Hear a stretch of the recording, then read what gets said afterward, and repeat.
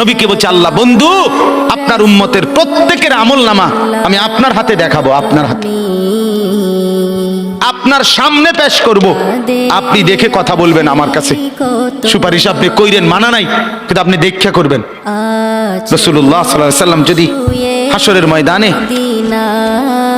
এরকম আমলনামা খুলে উল্টায় আর পৃষ্ঠার পর পৃষ্ঠা দেখে ফজর নাই, জোহর নাই, আসর নাই, মাগরিব নাই, ইশা নাই, শনিবার রবিবার, মদ জুয়া, অবৈধ উপার্জন, গান বাদ্য, নাটক, সিনেমা, জিনা, ব্যভিচার, বেহায়া, বেপর্দা সব উল্টায়।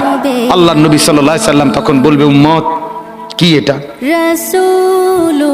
উম্মত আমার 23 বছরের এত চোখের পানির কথা একবারও মনে হয় নাই, কি আনছো এটা আমারে? উম্মত তুমি জানো না আমি যে তায়েফের পাথরের আঘাতে পুরা পিঠ চালনির মতো ঝাঁঝরা বানায় ফেলছে আমার? শোনো নাই তুমি? আমারে যে উহুদের ময়দানে দান দান শহীদ করে রক্তাক্ত করছে, তুমি শোনো নাই? আমি যে 14 দিন পেটে ক্ষুধার তাড়নায় পাথর বাঁধছিলাম, উম্মত তোমার মনে নাই? একবারও শোনো নাই আমার ক্ষুধার কষ্ট, আমার পিঠের ব্যথা, আমার দাঁতের ব্যথা, আমার কাঁধে 2টা কড়া ঢুকে গেছে উম্মত?